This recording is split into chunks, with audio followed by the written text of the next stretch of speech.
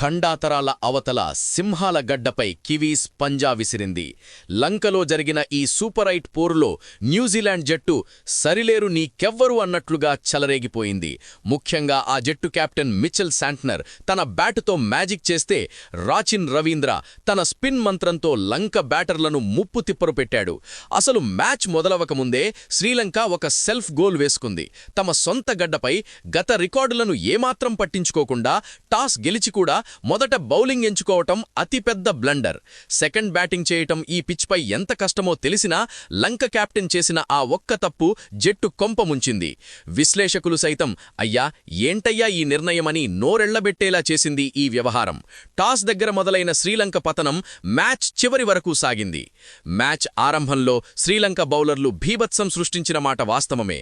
Opener Tim Seifert కేవలం 8 పరుగులకే, మరో ఓపెనర్ ఫిన్ అలన్ 23 పరుగులకే పెవిలియన్ చేరటంతో లంక శిబిరంలో ఆశలు చిగురించాయి. ఇక వన్డౌన్ రాచిన్ రవీంద్ర 32 పరుగుల వద్ద వెనుదిరగడం, మహీష్ తీక్షణ ఒకే ఓవర్లో చాప్మన్ రాచిన్లను బుట్టలో వేసుకోవటంతో కివీస్ కథ కంచికే అని అందరూ ఫిక్స్ అయిపోయారు. 84 పరుగులకే 6 వికెట్లు కోల్పోయిన న్యూజిలాండును చూసి వీళ్లు 100 దాటటం కూడా గగలమే, లంక పని అయిపోయినట్లే అని ఫ్యాన్స్ భావించారు. కానీ అక్కడే అసలు సినిమా మొదలైంది.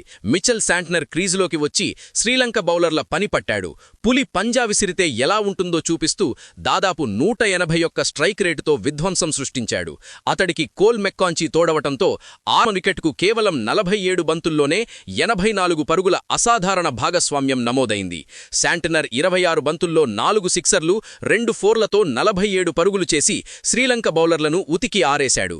దీంతో 20 ఓవర్లు ముగిసేసరికి కివీస్ 168 పరుగుల భారీ స్కోరు సాధించి లంక ముందు కొండంత లక్ష్యాన్ని ఉంచింది.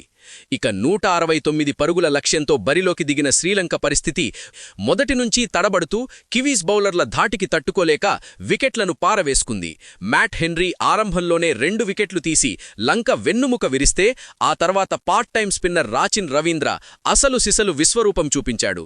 స్వల్ప వ్యవధిలో 4 వికెట్లు పడగొట్టి లంక బ్యాటింగ్ ఆర్డర్ను పేకమేడలా కూల్చాడు. శ్రీలంక బ్యాటర్లు ఒకరి తర్వాత ఒకరు వచ్చామా వెళ్లామా అన్నట్లుగా పెవిలియన్ క్యూ కట్టారు. పరిస్థితి మొత్తం చేజారిపోయాక దునీత్ వెలలగే కాసేపు పోరాడినా అది కేవలం ఓటమి అంతరాన్ని తగ్గించడానికే తప్ప గెలిపించడానికి సరిపోలేదు. 29 పరుగులు చేసి వెలలగే చివరి ఓవర్లో అవుట్ అవ్వటంతో శ్రీలంక ఇన్నింగ్స్ 107 పరుగుల వద్దే ఆగిపోయింది. ఫలితంగా న్యూజిలాండ్ 61 పరుగుల భారీ తేడాతో ఘన విజయం సాధించి లంకను ప్రపంచకప్ సెమీస్ రేసు నుంచి తప్పించి టోర్నీ నుండి సాగనాంపింది. ఈ విజయంతో గ్రూప్ 2లో సెమీస్ రేసు క్లైమాక్స్ సినిమాను తలపిస్తోంది. ఇప్పటికే ఇంగ్లాండ్ సెమీస్కు దూసుకెళ్లగా ఇప్పుడు న్యూజిలాండ్ 3 పాయింట్లతో రేసులో నిలిచింది. కివీస్ తన తదుపరి మ్యాచ్లో ఇంగ్లాండ్పై గెలిస్తే నేరుగా సెమీస్కు వెడుతుంది. ఒకవేళ అక్కడ ఓడిపోతే మాత్రం పాకిస్తాన్ శ్రీలంక మ్యాచ్ ఫలితంపై ఆధారపడాల్సి ఉంటుంది. ఒకవేళ శ్రీలంకపై పాకిస్తాన్ గెలిస్తే నెట్ రన్ రేట్ లెక్కలు వస్తాయి. ఒకవేళ పాకిస్తాన్ కూడా లంక చేతిలో ఓడిపోతే అప్పుడు కివీస్ దారి సుగమమవుతుంది, నేరుగా సెమీస్కు చేరుతుంది. ఈ మ్యాచ్లో గనక ఓడిపోయుంటే పాక్ సెమీస్ ఆశలు కాస్తైనా ఉండేవి. కానీ ఈ మ్యాచ్లో న్యూజిలాండ్ గెలిచి పాకిస్తాన్ సెమీస్ ఆశలపై కివీస్ గట్టిగానే నీళ్లు చల్లింది. ఇక శ్రీలంక వరుసగా 2 మ్యాచ్లు ఓడిపోయి సొంత గడ్డపైనే అవమానకర రీతిలో టోర్నీ నుండి నిష్క్రమించింది.